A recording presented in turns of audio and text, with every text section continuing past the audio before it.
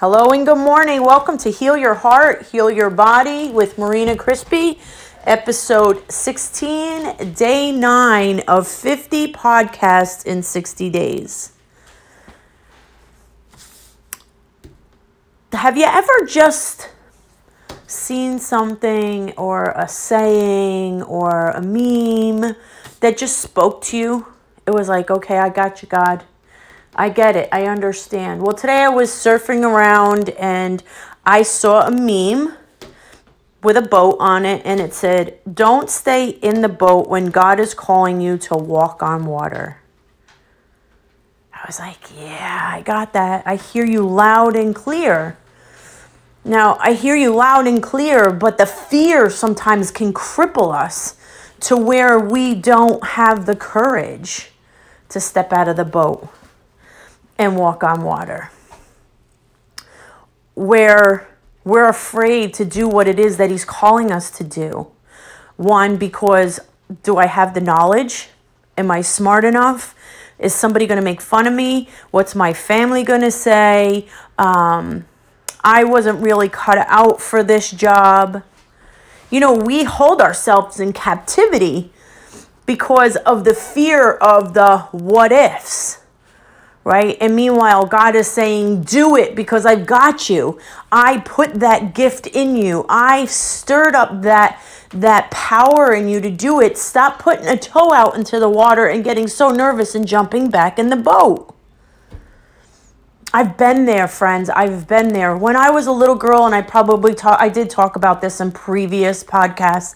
When I was a little girl, I used to get visions and words of knowledge from God about people's health, and I would share them, and they were like, oh, she needs to be delivered, or she's crazy, or she shouldn't share that stuff. So the religion and church told me, my priest told me that I shouldn't be talking like that. I'm not a psychic. I'm not a medium. I get words of knowledge prophetically from God on people's health. And I stifled it for many, many, many years. And then finally, when he was really pushing me and pushing me and pushing me to hear him more and to share it, when I started sharing it with people that he was telling me to share it with, it was like instantaneous healing for these people. Suddenlies. Have you ever heard of a suddenly? Suddenlies are like when it happens right then and there. I watched lives change with God speaking through me. I've watched so many beautiful moments because I finally got out of the boat and took the step, and not just dipped my toe, but took the complete step to do it with courage, with not worrying about what other people think and say. And, you know, I really did worry about it. And sometimes I still catch myself and I have to say, not today. So some people say to me, oh, you're not a psychic. Are you sure you're hearing from God? Well, one day I was like, God, if you really want me to do this work, and you really want me to do this, and it's really you, because after I work with somebody and they get the healing that they're looking for, he always gives me a scripture, or he'll show me something that happened in the Bible to confirm it is him talking. And don't get me wrong, because I know the adversary knows the Bible also very well, because he was an angel and he's fallen angel actually, right? Because he was kicked out of heaven. So he knows it. And I was like, listen, God, if this is truly you, I want to see what heaven looks like. Now, that's a really bold request, right? A bold request. And I truly went to heaven. He took me to heaven. I saw the healing room. I saw the water. The water was like glass, the beautiful aromas. And people are probably saying, listen to this. Holy cow, it's crazy. But no, he truly showed me the healing room. He showed me. He took me there. So I knew it was him. And I would still have the confidence to do the work he is calling me to do. So I've completely surrendered to him. When he's ready and he wants me to work with somebody, or somebody reaches out and says, I'm ready to do this work, I have full knowledge and full belief that that's God talking to me. Nobody else. I can't call on past ancestors, your mom, your dad, your grandma, Aunt Betsy from great Aunt Betsy, or, I can't call on them. Can't call on them. But I can talk to him himself. And I will share with you, he's got a great sense of humor, because sometimes he'll bring up things so it's really him. Some things that we do when we were younger, or what we do when we're alone in our car, and how we talk to him, and some of the things that we've said to him. So it's pretty amazing for me to watch and hear what he's saying, because I sure as heck wouldn't know, right? So it's amazing. But the fear of me stepping out of the boat and sharing this was really hard. So could you imagine on that night on the boat when the disciples were going across the water, and Jesus said, "You go first and I will meet you there." And then all of a sudden they see this image or this person standing there on the water, and they freaked out, right? Wouldn't you? I would. And they're asking who it is, and he's saying, "Come, walk to me." Right? And Peter was like, "Wow, really? I can't do this." He's like, "Just keep your eye on me. Keep your eye on me." And he made it, right? He walked on water.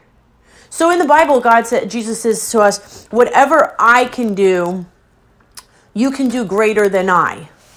So if we have that belief that we can heal the sick, we can raise the dead, we can walk on water, and we have that belief in our hearts, because we know that it says in the Bible that whatever he can do, you can do greater than I, he said.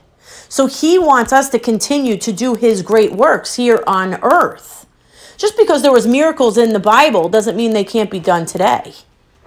And I've seen and witnessed many miracles. Sudden miracles, things that have changed in a second. And it's amazing, amazing. But then again, do we have the courage to step out of the boat and walk on water? What is God calling you to do today? What is God calling you to do that you need that courage and the belief that, yes, you can walk on water, you can get out of the boat and walk on water and do amazing things? Is he calling you in the healing field? Is he calling you in finances? Is he calling you to be a doctor, a nurse? Is he calling you to be a playwright? Is he calling you to be an author? Is he calling you? What is he calling you to do? What is it that you feel in the pit of your stomach that he's calling you to do, but the fear has got you paralyzed? That you're afraid to step out of the boat and walk on the water and do what he's calling you. Because if we keep our eyes on him, as Peter did on the water, we will make it. We might get a couple of bumps and a couple of twists and turns, but that's all good. That's what gives us the knowledge, knowing that this is really what he's calling us to do. Are we going so far and then all of a sudden getting scared and running back to the boat again? We have to visualize and focus on him. See him in front of us with his hand reaching out, and we're walking to grab his hand. Because if he's called us to do it, he's going to be there every step we take. So if he's called you to do whatever he's called you to do, he's not going to say, "Oh, go ahead, Sally, I called you to do this and you're on your own." Once you surrender to him and you say, "God, whatever it is that you've called me to do, I am open to it. I surrender. I am 100% in. You guide me, you lead me, and I will meet you there. I will be there." That means keep your eyes fixed on him. Keep your eyes on him, and he will bring you to where you need to go. He will show you how to get there. I have never talked like this about the Bible. I have never preached. I'm not from a family of a line of preachers in my family. I went to church on Sundays, and I went to CCD on Wednesdays. That was my growing up in the church.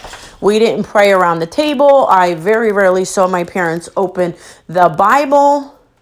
So this isn't something that I grew up in. So for me, I was like, oh boy, oh boy, oh boy, I don't know how I'm going to do this. And especially do it in telling people how to get better, or things that they need to lay down for them to get better, to get freedom, to get the healing, to get rid of a sickness, to release themselves from autoimmune disease. These are things that God speaks to me that I can share with you. It's really not me doing it. I'm just a vessel that he uses, that I have surrendered myself to allow him to use me.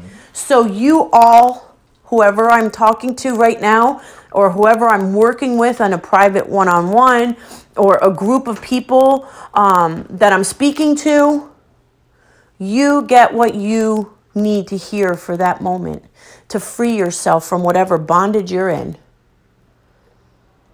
So what is he calling you to do? What is he asking you to do? If you don't know, ask him.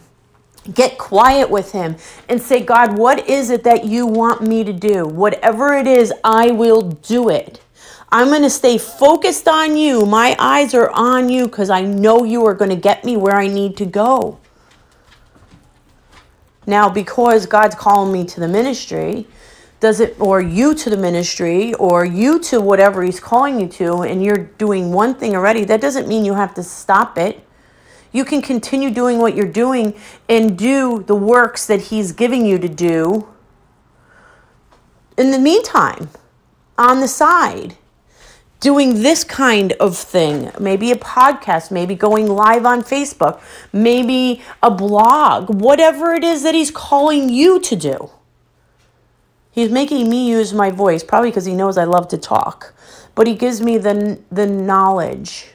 I had a beautiful first session in that I ever did at a woman's event on Friday, and it was really beautiful because it was a quiet, small group, and we were able to really get deep and talk about forgiveness and talk about, for mamas, how we feel growing up.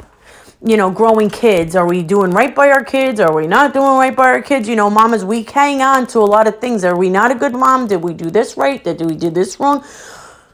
We have a lot of things that we stress about. I was a wreck. I'm like, how am I going to go talk to these women? Because I know I did not perfectly raise my boys. And I just had to get quiet with him and say, God, use me in the way you want to use me. Let me use the words that you want me to use so I can do what I need to do for you. So I'm asking you to step out of the boat. Keep your eyes focused on him and walk on the water. Allow him to encourage and get you to where you need to go for your calling, your purpose. So today, friends, I want you to get quiet with him. Ask him what it is that he wants you to do. Focus on him and step out of the boat. Hope you have a blessed day, and I'll talk to you tomorrow. Take care. Bye-bye.